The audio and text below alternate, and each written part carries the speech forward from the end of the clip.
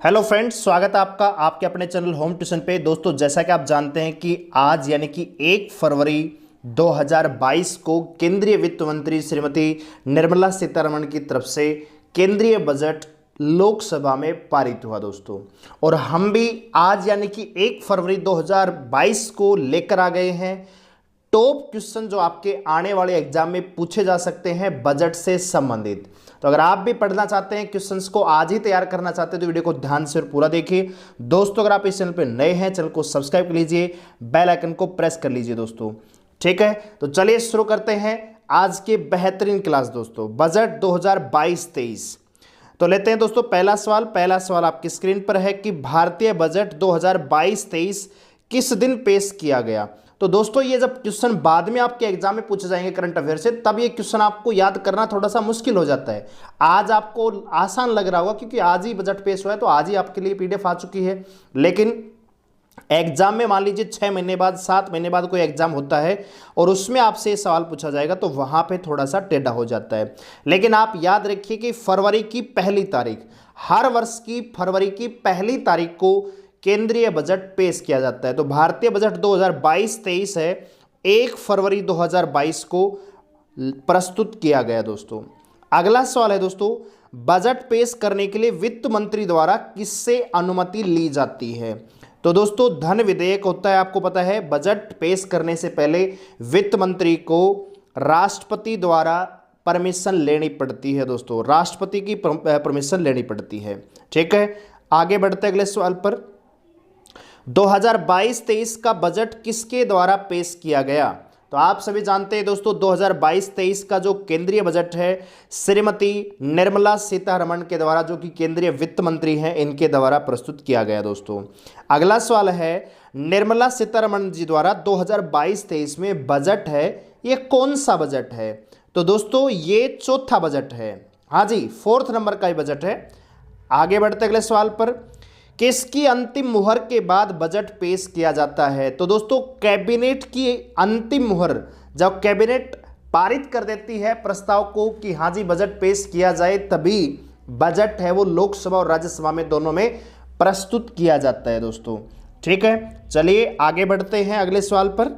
अगला सवाल है, कह रहा है कि भारतीय संविधान में किस अनुच्छेद में बजट शब्द की चर्चा की गई है। क्या भारतीय संविधान में बजट शब्द का प्रयोग भी है? नहीं दोस्तों, भारत के संविधान में किसी भी अनुच्छेद में बजट शब्द की चर्चा नहीं हुई है। और दोस्तों, आज के बजट की जो मुख्य बातें हैं थोड़ी थोड़ी मैं आपको बताना चाहूंगा। 1 घंटा 31 मिनट, जी हाँ दोस्तों, 1 घंटा 31 मिनट का भाषण इस बार दिया गया। ठीक है, लेकिन ऐसा लग रहा था कि ये बजट है वो एक प्रकार से भाषण सा है। क्रिप्टो करेंसी पर 30% का टैक्स यहाँ पे लगाया गया है। कुछ अन्य बातें भी हैं जो क्वेश्चंस के माध्यम से आप यहाँ पे पढ़ रहे होंगे दोस्तों। आइए दोस्तों आगे बढ़ते अगले सवाल पर। कह रहा है कि वर्ष 2022 का जो बजट है मोदी सरकार का कौन सा बजट है। तो दोस्तों, मोदी सरकार का कुल मिलाकर ये 10वां बजट है। जी हाँ दोस्तों, आप सभी जानते हैं 2014 से भारतीय प्रधानमंत्री नरेंद्र मोदी लगातार सरकार में बने हुए हैं, तो तब से लेकर अब ये कुल मिलाकर 10वां बजट है दोस्तों। ठीक है, आइए आगे बढ़ते अगले सवाल पर। कह रहा है कि देश का पहला बजट कब पेश किया गया था। तो दोस्तों, देश का पहला बजट 7 अप्रैल 1860 को प्रस्तुत किया गया था। जी हाँ दोस्तों, तारीख याद रखेंगे।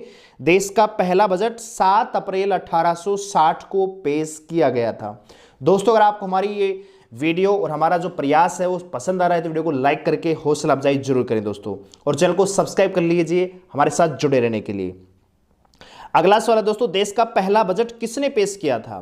तो दोस्तों, देश का पहला बजट जेम्स विल्सन के द्वारा बजट पेश किया गया था। जी हाँ दोस्तों, जेम्स विल्सन के द्वारा बजट पेश किया गया था। आइए दोस्तों आगे बढ़ते अगले सवाल पर। अगला सवाल है कि 2022-23 बजट में आयकर स्लैब में कितना बदलाव किया गया है। भाई, इनकम टैक्स में कितनी आय पर कितना % टैक्स देना पड़ेगा, क्या उसमें कोई बदलाव हुआ? नहीं दोस्तों, इस बार कोई बदलाव नहीं रहा। 2021 का जो बजट था सेम वही नियम लागू रहेंगे, यानी 2022-23 के बजट में आयकर जो विभाग था, आयकर स्लैब, भाई कितने इनकम तक कितना टैक्स देना पड़ेगा, कितना फ्री रहेगा, उसमें कोई बदलाव नहीं हुआ दोस्तों। आगे बढ़ते अगले सवाल पर।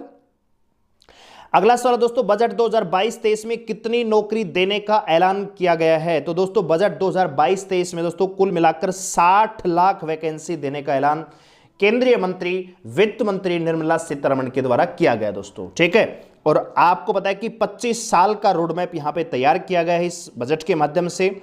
आगे देखिए दोस्तों, बजट 2022-23 में कितने गति शक्ति कार्गो टर्मिनल बनाने की घोषणा की गई है? बजट 2022 में कितने गति शक्ति कार्गो टर्मिनल बनाने की घोषणा की गई है? तो दोस्तों कुल मिलाकर 100 गति शक्ति कार्गो टर्मिनल बनाने की घोषणा की गई है। आगे बढ़ते हैं। अगला सवाल दोस्तों, बजट 2022-23 के अकॉर्डिंग कितनी भारतीय वंदे मातरम ट्रेन चलाई जाएंगी? तो दोस्तों कुल मिलाकर 400 वंदे भारत ट्रेन चलाने का ऐलान बजट 2022-23 में किया गया है दोस्तों। काफी इंपॉर्टेंट ये क्वेश्चन है दोस्तों, चाहे आप रेलवे ग्रुप डी की एग्जाम की तैयारी कर रहे हो या किसी भी एग्जाम में एक क्वेश्चन पूछा जा सकता है कि बजट 2022-23 के अकॉर्डिंग कितनी नई भारतीय वंदे भारत ट्रेन चलाने का ऐलान किया गया? तो दोस्तों 400। अगला क्वेश्चन है, मोटा अनाज वर्ष किस वर्ष को घोषित किया गया है? तो दोस्तों वर्ष 2023 को मोटा अनाज वर्ष घोषित किया गया है। यह भी काफी इंपॉर्टेंट है कि बजट 2022-23 में किस वर्ष को मोटा अनाज वर्ष मनाने की घोषणा की गई है? तो दोस्तों ये वर्ष कौन सा रहेगा? 2023। अगला सवाल है, नदी जोड़ने की परियोजना में कितने करोड़ रुपए का ऐलान किया गया है? तो दोस्तों नदी जोड़ने की परियोजना में कुल मिलाकर 65,000 करोड़ रुपए का ऐलान यानी बजट आवंटित किया गया है। नदी जोड़ो परियोजना है ना, कावेरी, गोदावरी, कृष्णा, इनका बहुत सारी नदियां हैं अलग अलग, जो छोटी छोटी नदियां हैं उनको मिलाकर एक बड़ी नदी में तब्दील करने की जो योजनाएं हैं उन पर कुल मिलाकर 65,000 करोड़ रुपए खर्च किए जाएंगे। तो काफी इंपॉर्टेंट क्वेश्चन है दोस्तों, नदी जोड़ो परियोजना के तहत 65,000 करोड़ रुपए का ऐलान किया गया है। अगला सवाल है दोस्तों, काफी इंपॉर्टेंट है, ये बजट की मुख्य मतलब शब्द भी थे कि कैन और बेतवा नदी को जोड़ने के लिए अलग से कितने रुपए आवंटित किए गए हैं दोस्तों? तो ये हैं दोस्तों 44,650 करोड़ रुपए। हाँ जी, 44,650 करोड़ रुपए केन और बेतवा नदियों को आपस में जोड़ने की जो परियोजना है उसके ऊपर खर्च किए जाएंगे। कितने दोस्तों? 44,650 करोड़ रुपए। आगे बढ़ते अगले सवाल पर। अगला सवाल है कि बजट 2022-23 में कितनी बड़ी नदियों को जोड़ने की बात कही गई है?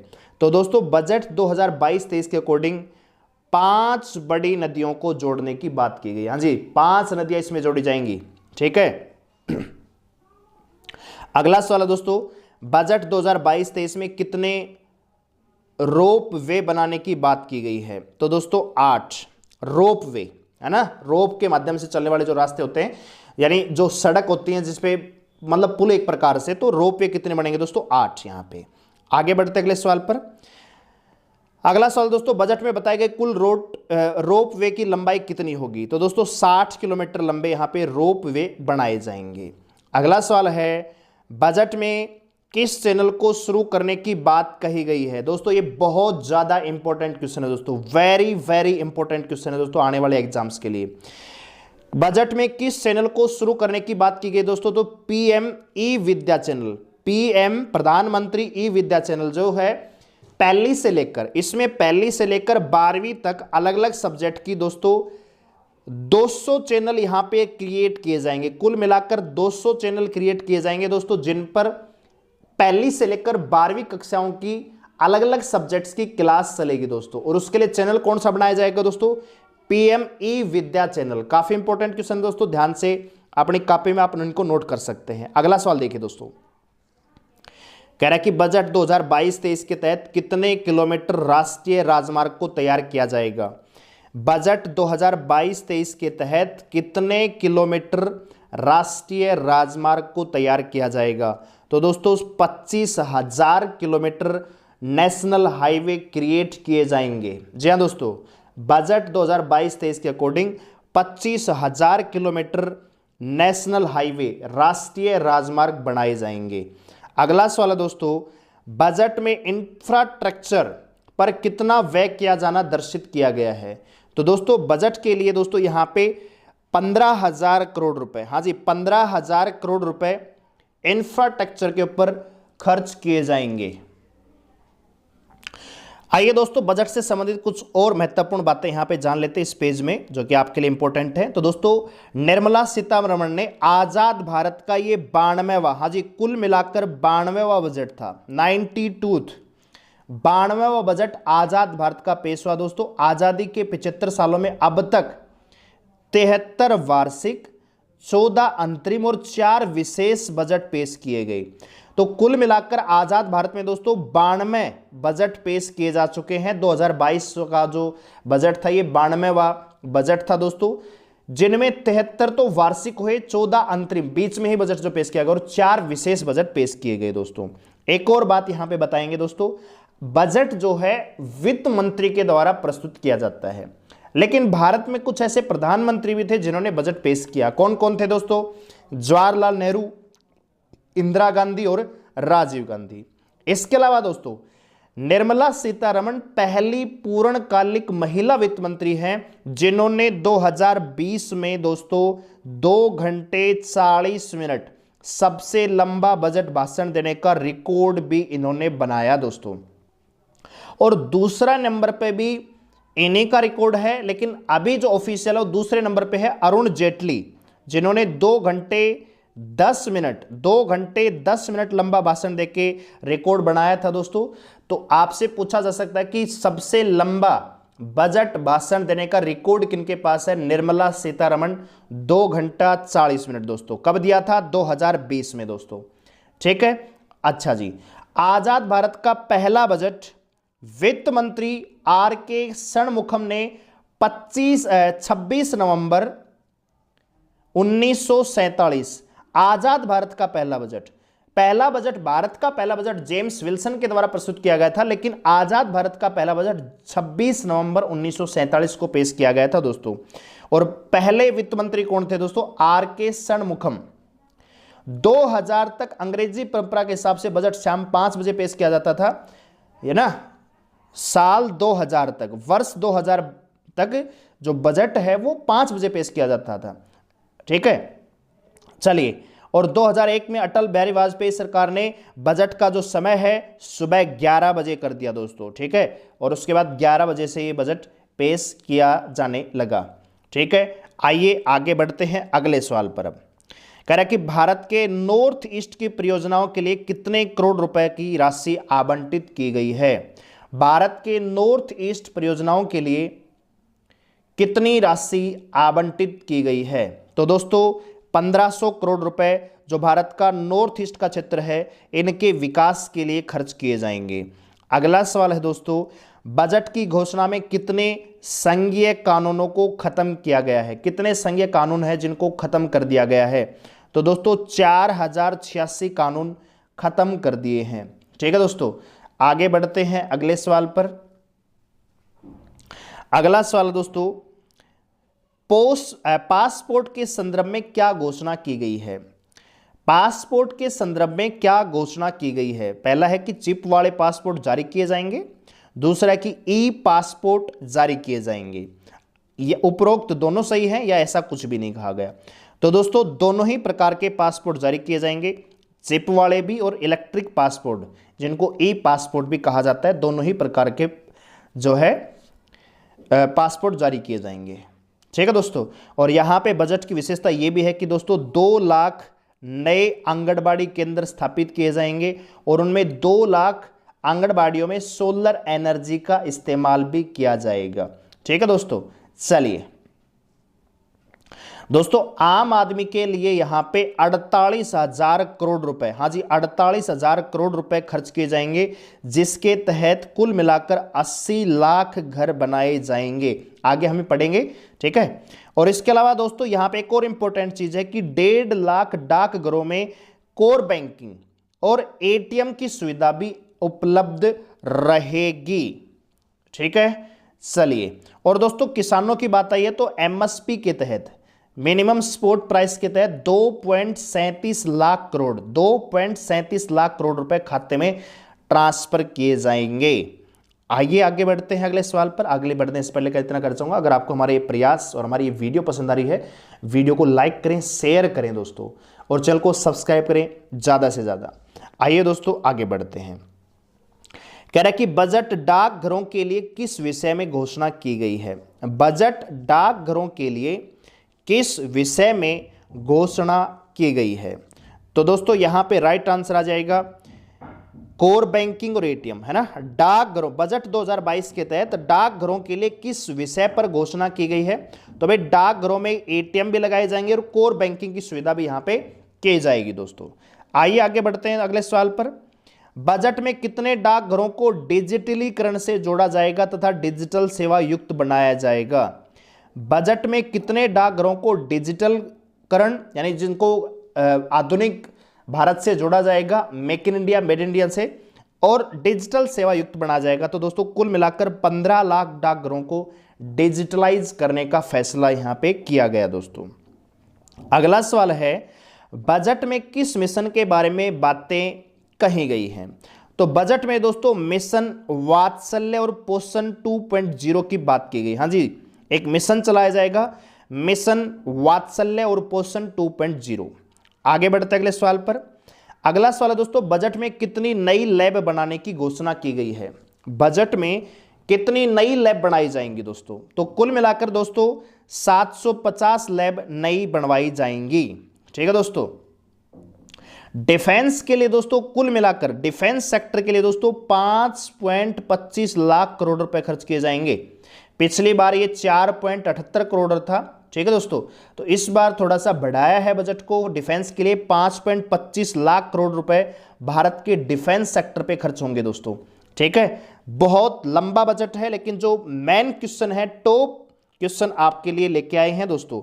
वीडियो को लाइक करके हौसला अफजाई जरूर करें दोस्तों। अगला सवाल है दोस्तों, बजट में कितनी आंगनबाड़ियों को विकसित करने की घोषणा की गई है। तो दोस्तों बजट में 2 लाख आंगनबाड़ियों को विकसित करने की घोषणा की गई है दोस्तों। आगे बढ़ते हैं अगले सवालों को। अगला सवाल है कि बजट में कितने घरों को नल से जल प्रदान करने की घोषणा। नल से जल, हर घर में नल दोस्तों, है ना। तो बजट में कितने घरों को नल से जल प्रदान करने की घोषणा की गई है। तो दोस्तों 3 करोड़ घरों को नल से जल, यानी घर पर ही नल निकल जाएगा, उनको टंकियों पर कहीं बाहर जाने की आवश्यकता नहीं होगी दोस्तों। ठीक है, चलिए, तो 3 करोड़ घरों को नल से जल प्रदान करने की घोषणा हुई है दोस्तों। आगे बढ़ते अगले सवाल पर। अगला सवाल है दोस्तों कि बजट में हर घर जल योजना में कितने करोड़ की राशि की घोषणा की गई है। जो नल से जल जो पहुंचाया जाएगा घरों में, 3 करोड़ घरों में, उसके लिए कितना पैसा दिया गया दोस्तों। 60 लाख करोड़ रुपए। हाँ जी, 60 लाख करोड़ रुपए हर घर जल योजना की इस बेहतरीन परियोजना पर खर्च होंगे। कितने दोस्तों, 60 लाख करोड़ रुपए। अगला सवाल है, बजट की घोषणा के अनुसार पीएम हाउस योजना के जरिए कितने नए मकान बनाए जाएंगे। बजट की घोषणा के अनुसार पीएम हाउस योजना के तहत कितने नए मकान बनाए जाएंगे दोस्तों। तो कुल मिलाकर 80 लाख, मैंने थोड़ी देर पहले आपको बताया, 80 लाख मकान नए बनाए जाएंगे प्रधानमंत्री हाउस यानी आवास परियोजना के तहत दोस्तों। अगला सवाल है, किस प्रकार के ट्रांसपोर्ट को बढ़ावा देने की बात बजट 2022-23 में की गई। तो दोस्तों इलेक्ट्रिक व्हीकल जैसे टेम्पो, ऑटो चलते हैं, इस प्रकार के जो इलेक्ट्रिक व्हीकल हैं उनको बढ़ावा देने की बात 2022-23 के बजट में की गई है। आगे बढ़ते अगले सवाल पर। बजट की घोषणा के अनुसार जमीन के रिकॉर्ड को कितनी भाषाओं में प्राप्त किया जा सकेगा। बजट की घोषणा के अनुसार जो जमीन का रिकॉर्ड है उसको कितनी भाषाओं में प्राप्त किया जा सकता है दोस्तों। कुल मिलाकर 8 भाषाओं में जमीन का रिकॉर्ड अवेलेबल रहेगा दोस्तों। ठीक है, चलिए आगे बढ़ते हैं अगले सवाल पर। अगला सवाल है कि बजट की घोषणा में डाकघरों में कौन सी सुविधाओं को प्रारंभ किया जाएगा। तो दोस्तों कोर बैंकिंग और एटीएम सुविधा यहां पे उपलब्ध रहेगी। अगला सवाल दोस्तों, बजट की घोषणा में स्कूलों का क्या बेहतर सुविधा किया जाएगा, यानी स्कूलों में क्या बेहतर किया जाएगा। तो दोस्तों कक्षाओं में टीवी लगाए जाएंगे, पीएम ई विद्या प्रोग्राम, है ना, प्रधानमंत्री ई विद्या प्रोग्राम के तहत 1ली से लेकर 12वीं तक की कक्षाओं का क्लास लगेगा। ठीक है, जिसमें कुल मिलाकर 200 चैनल रहेंगे दोस्तों। ठीक है, तो आगे बढ़ते अगले सवाल पर, बजट में घोषणा में कितने जिलों में कितनी बैंकिंग यूनिट स्थापित की जाएंगी? तो दोस्तों 75 जिलों में, हाँ जी, भारत के 75 जिलों में 75 बैंकिंग यूनिट स्थापित की जाएंगी। अगला सवाल है, बजट के अनुसार ग्रामीण इलाकों तथा पिछड़े इलाकों को शहर की तरह विकसित किस फंड के तहत किया जाएगा? बजट के अनुसार ग्रामीण इलाके, जो पिछड़े इलाके हैं, उनको शहरों की तरह विकसित करने के लिए जो फंड दिया जाएगा वो किसके तहत किया जाएगा? तो दोस्तों वो होगा service allocated fund. Service allocated fund SAF के तहत उनको दिया जाएगा। सर्विस एलोकेटेड फंड के तहत पिछड़े इलाके और जो ग्रामीण इलाके हैं उनको शहरों की तर्ज पर विकसित किया जाएगा दोस्तों। अगला सवाल है, जो भारत का डिफेंस सेक्टर है, रक्षा अनुसंधान के लिए कितने फीसदी बजट बढ़ाया गया है? तो दोस्तों काफी इंपॉर्टेंट ये क्वेश्चन होता है दोस्तों। तो डिफेंस जो ऑर्गेनाइजेशन है, रक्षा अनुसंधान है, उस पर दोस्तों जो बजट है वो पिछली बार की बजाय 25% बढ़ाया गया है। ठीक है, आगे बढ़ते हैं अगले सवाल पर, DRDO के संदर्भ में बजट में क्या घोषणा की गई है? तो दोस्तों DRDO के संबंध में घोषणा की गई है कि निजी कंपनियां DRDO के साथ कार्य करेंगी, यानी DRDO का भी प्राइवेटाइजेशन कर दिया गया है बजट के माध्यम से दोस्तों, बात ये हुई है। ठीक है दोस्तों, DRDO जो डिफेंस रिसर्च ऑर्गेनाइजेशन सेंटर है उसमें कहा गया है कि भी जो निजी कंपनियां हैं वो भी DRDO के साथ मिलकर काम करेंगी। अगला सवाल है दोस्तों, बजट 2022-23 में RBI कौन सी करेंसी जारी करेगी? काफी इंपॉर्टेंट क्वेश्चन है दोस्तों, ये बहुत ज्यादा इंपॉर्टेंट क्वेश्चन है। बजट 2022 में जो रिजर्व बैंक ऑफ इंडिया है वो कौन सी करेंसी जारी करेगी दोस्तों? Digital currency. हाँ जी, डिजिटल पैसा। अभी आपके पास कैश हुआ करता था, अब डिजिटल पैसा भी जारी किया जाएगा, डिजिटल रुपए भी जारी किया जाएगा, जिसको कहा जाएगा डिजिटल करेंसी। अगला सवाल है, राज्यों को कितने वर्षों के लिए बिना ऋण के राशि उपलब्ध करवाई जाएगी? राज्यों को कितने वर्षों के लिए बिना ब्याज की राशि उपलब्ध करवाई जाएगी अपने विकास कार्यों के लिए? तो दोस्तों 50 साल। हाँ जी, राज्यों को अपने विकास के लिए 50 साल के लिए बिना ब्याज की राशि दी जाएगी। अगला सवाल है दोस्तों, IT रिटर्न में, इनकम टैक्स रिटर्न में गड़बड़ी हुई तो कितने समय में सुधारा जा सकता है? भाई किसी ने टाइम पर इनकम टैक्स जमा नहीं करवाया तो कितने समय का अंतराल तक वो उसमें सुधार कर सकता है, टैक्स जमा कर सकता है? तो दोस्तों ये वैलिडिटी है ना, वैलिडिटी इसको आप कह सकते हैं 2 साल कर दी गई है। IT रिटर्न में हुई गड़बड़ी को 2 साल तक सुधारा जा सकता है, 2 साल के अंतराल तक सुधारा जा सकता है। दोस्तों अगर आप इस चैनल पे नए हैं, चैनल को सब्सक्राइब कर लीजिए, बेल आइकन को प्रेस कर लीजिए, क्योंकि इसी प्रकार की बेहतरीन से बेहतरीन वीडियो आपके लिए हम लाते ही रहते हैं। और वीडियो को लाइक करके हमारी हौसला अफजाई जरूर करें, हमें आगे बढ़ने के लिए प्रेरित जरूर करें दोस्तों। अगला सवाल है दोस्तों, कॉरपोरेट टैक्स में क्या बदलाव किया गया है? तो दोस्तों कॉरपोरेट जो टैक्स है उसमें बदलाव ये किया गया है, उसको 3% कम कर दिया गया है। पहले 18% हुआ करता था, आज 15% कर दिया गया है, यानी 18% से घटा के 15% कर दिया गया है जो कॉरपोरेट टैक्स है। ठीक है, अगला सवाल है, कॉरपोरेट टैक्स के सरचार्ज में कितना बदलाव किया गया दोस्तों? तो कॉरपोरेट टैक्स का जो सरचार्ज होता है, एक्स्ट्रा जो चार्ज होता है, उसमें भी 5% की कमी की गई है, 12% घटाकर 7% कर दिया गया है दोस्तों। ठीक है, 12% से घटा कितना कर दिया दोस्तों? 7% कर दिया गया है। ठीक है, आगे बढ़ते हैं अगले सवाल पर। कह रहा है कि बजट 2022-23 में दिव्यांगों और उनके माता पिता को किसमें राहत पहुंचाने की घोषणा की गई है? बजट 2022-23 में दिव्यांगों और उनके माता पिता को किस राहत, कौन सी राहत पहुंचाई गई है दोस्तों?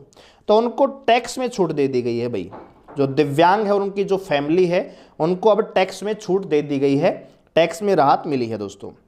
अगला सवाल है, पेंशन पर टैक्स का क्या प्रावधान की घोषणा की गई है? तो टैक्स में छूट दे दी गई है दोस्तों, ठीक है, इसमें भी छूट दे दी गई है। अगला सवाल है, ये बहुत ज्यादा इंपॉर्टेंट है दोस्तों, क्रिप्टो करेंसी में आय में कितना टैक्स देना पड़ेगा? भाई कोई व्यक्ति क्रिप्टो करेंसी से इनकम करता है तो उस आय पर कितना टैक्स देना पड़ेगा दोस्तों? 30%, 30% का टैक्स क्रिप्टो करेंसी इनकम के तहत देना पड़ेगा दोस्तों। बहुत ज्यादा इंपॉर्टेंट क्वेश्चन है। अगला सवाल है दोस्तों, क्रिप्टो करेंसी पर कितना प्रतिशत टीडीएस काटा जाएगा?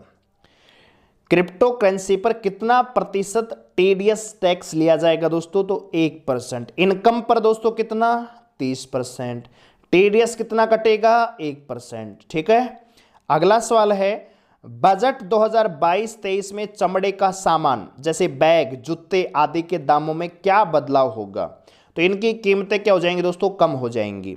अगला सवाल है, बजट में भी कपड़े भी सस्ते होंगे, ठीक है, ये तो, और इलेक्ट्रॉनिक सामान जैसे मोबाइल, चार्जर आदि चीजें भी क्या होंगी, इनका रेट है वो कम हो जाएगा, कीमतें क्या हो जाएंगी? कम हो जाएंगी।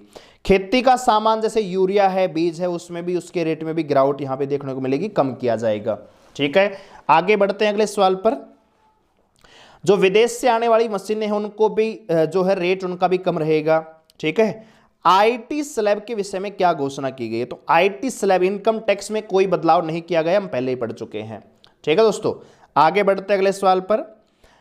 कह रहे कि आईटी स्लैब में पिछली बार कब बदलाव किया गया था? तो आईटी स्लैब में, इनकम टैक्स स्लैब में 2014 में बदलाव किया गया था। भाई कितने तक आपको टैक्स देना पड़ेगा, नहीं देना पड़ेगा, ठीक है। तो वो कब किया गया था दोस्तों? 2014 में। अगला सवाल देखिए दोस्तों, संविधान में बजट शब्द की जगह क्या प्रयोग हुआ है? तो हमने थोड़ी देर पहले देखा कि संविधान में किसी भी अनुच्छेद में बजट शब्द है ही नहीं, तो उसकी जगह क्या है? उसकी जगह है एनुअल फाइनेंशियल स्टेटमेंट, यानी वार्षिक वित्तीय विवरण। बजट की जगह कौन सा शब्द है? एनुअल, वार्षिक, फाइनेंशियल वित्तीय, और स्टेटमेंट मतलब वितरण। दोनों ही शब्दों में, इंग्लिश और हिंदी दोनों में लिखा गया है भारतीय, यानी वार्षिक वित्तीय विवरण या एनुअल फाइनेंशियल स्टेटमेंट इसको कहा गया है, दोनों, ठीक है। आगे बढ़ते अगले सवाल पर। कह रहा है कि आजादी के बाद का पहला बजट किसने पेश किया था? तो आजादी के बाद का पहला बजट भारत के पहले पूर्णकालिक वित्त मंत्री आर के षणमुखम चेट्टी के द्वारा 26 नवंबर कब प्रस्तुत किया गया दोस्तों? अभी हमने आपको बताया था दोस्तों, ठीक है, 1947 में प्रस्तुत किया गया था, ठीक है। और तारीख कौन सी थी दोस्तों? 26 नवंबर, 26 नवंबर 1947 को। और दोस्तों वर्ष 2000 से पहले, हाँ जी, वर्ष 2000 से पहले शाम के 5 बजे बजट प्रस्तुत होता था, लेकिन साल 2001 के बाद बजट सुबह 11 बजे प्रस्तुत होता है दोस्तों, ठीक है। ये मुख्य बातें हैं जो आपको आनी चाहिए। सबसे लंबा भाषण किसने दिया था? निर्मला सीतारमण ने। कितने घंटे का? 2 घंटे 40 मिनट का। अगला देखिए, आजादी के बाद का पहला बजट कब प्रस्तुत किया गया था? तो आजादी के बाद का पहला जो बजट है वो जो 26 नवंबर 1947 दोस्तों, ठीक है, 26 नवंबर 1947 दोस्तों, ठीक है। चलिए अगला सवाल है दोस्तों, वार्षिक वित्तीय विवरण। भाई बजट तो नहीं है संविधान में, संविधान में कहीं भी बजट शब्द का प्रयोग नहीं है। हमने देखा कि एनुअल फाइनेंशियल स्टेटमेंट है, यानी वार्षिक वित्तीय विवरण है, तो उसका जिक्र कहां है दोस्तों? अनुच्छेद 112 में, ठीक है। यह भी बहुत ज्यादा इंपॉर्टेंट है। अगला सवाल है दोस्तों, संविधान लागू होने के बाद देश का पहला बजट किसने पेश किया था? जब संविधान लागू हुआ तो उसके बाद का देश का पहला बजट किसने पेश किया था दोस्तों? जॉन मथाई ने। जॉन मथाई ने संविधान लागू होने के बाद देश का पहला बजट पेश किया था। किसने? जॉन मथाई ने। अगला सवाल दोस्तों, गणतंत्र भारत का यानी 26 जनवरी 1950 उसके बाद पहला बजट कब पेश किया गया? स्वतंत्र भारत का, आजाद भारत का पहला बजट कब हुआ दोस्तों? हम पढ़ चुके हैं 26 नवंबर 1947। यहां पे पूछा है गणतंत्र भारत का पहला बजट 28 फरवरी 1950। याद रखेंगे दोस्तों, 28 फरवरी 1950 को गणतंत्र भारत का पहला बजट पेश किया गया था। अगला देखिए दोस्तों, भारत में वित्तीय वर्ष कितना होता है? 1 अप्रैल से 31 मार्च। हम बहुत सारी वैकेंसियों के लिए ईडब्ल्यूएस सर्टिफिकेट बनाते हैं दोस्तों, तो उसका भी इतना ही पीरियड होता है, 1 अप्रैल से 31 मार्च, हर साल बदलता है दोस्तों। तो भारत में जो वित्तीय वर्ष है वो कौन सा है दोस्तों, 1 अप्रैल से 31 मार्च से भारत में वित्तीय वर्ष माना जाता है। अगला सवाल है दोस्तों, देश की पहली पूर्णकालिक महिला वित्त मंत्री कौन बनी है? तो देश की पहली पूर्णकालिक वित्त मंत्री दोस्तों महिला कौन है? श्रीमती निर्मला सीतारमण। इससे पहले इंदिरा गांधी जी ने भी वित्त मंत्री का कार्यभार संभाला था, लेकिन वो पूर्णकालिक नहीं थी। तो पूर्णकालिक पहली महिला वित्त मंत्री कौन है दोस्तों? निर्मला सीतारमण। याद रखेंगे, बहुत ही इंपॉर्टेंट क्वेश्चन है। अगला सवाल दोस्तों, देश की पहली महिला वित्त मंत्री कौन थी? इंदिरा गांधी थी, मैंने अभी आपको बताया, लेकिन पूर्णकालिक यानी पूरी तरह से चार्ज देना, तो वो कौन थी? श्रीमती निर्मला सीतारमण। आगे बढ़ते अगले सवाल पर, बजट में क्या होता है? तो दोस्तों बजट में सरकार की आमदनी और प्रस्तावित योजनाओं पर होने वाले खर्च का विवरण होता है।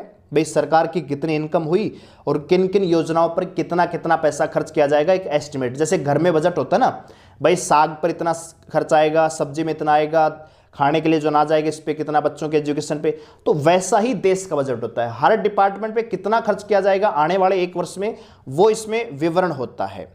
और सरकार की कमाई और खर्च का ब्यौरा भी इसमें होता है। और अलग अलग जो मंत्रालय है, डिफेंस रक्षा मंत्रालय है, गृह मंत्रालय है, अलग अलग मंत्रालयों को धन की आवंटन कितना किया गया है, वो सारी चीजें बजट में होती हैं दोस्तों। ठीक है, आगे बढ़ते अगले सवाल पर। अगला सवाल है, देश का पहला डिजिटल बजट कब पेश किया गया?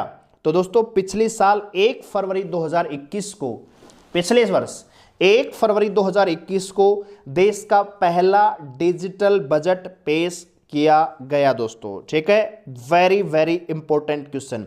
और दोस्तों अगर आपको हमारा ये प्रयास, आपको हमारी ये मेहनत पसंद आ रही है, वीडियो को लाइक जरूर करें, हौसला अफजाई जरूर करें दोस्तों। और अगर आप चैनल पर नए हैं, चैनल को सब्सक्राइब जरूर करें।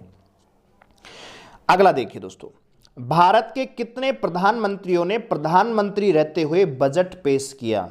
तो दोस्तों 3 प्रधानमंत्री मैं बता चुका हूं, जवाहरलाल नेहरू, राजीव गांधी और इंदिरा गांधी दोस्तों। ठीक है, इन्होंने प्रधानमंत्री रहते बजट पेश किया। कितने प्रधानमंत्री दोस्तों? 3 प्रधानमंत्रियों ने प्रधानमंत्री रहते बजट पेश किया।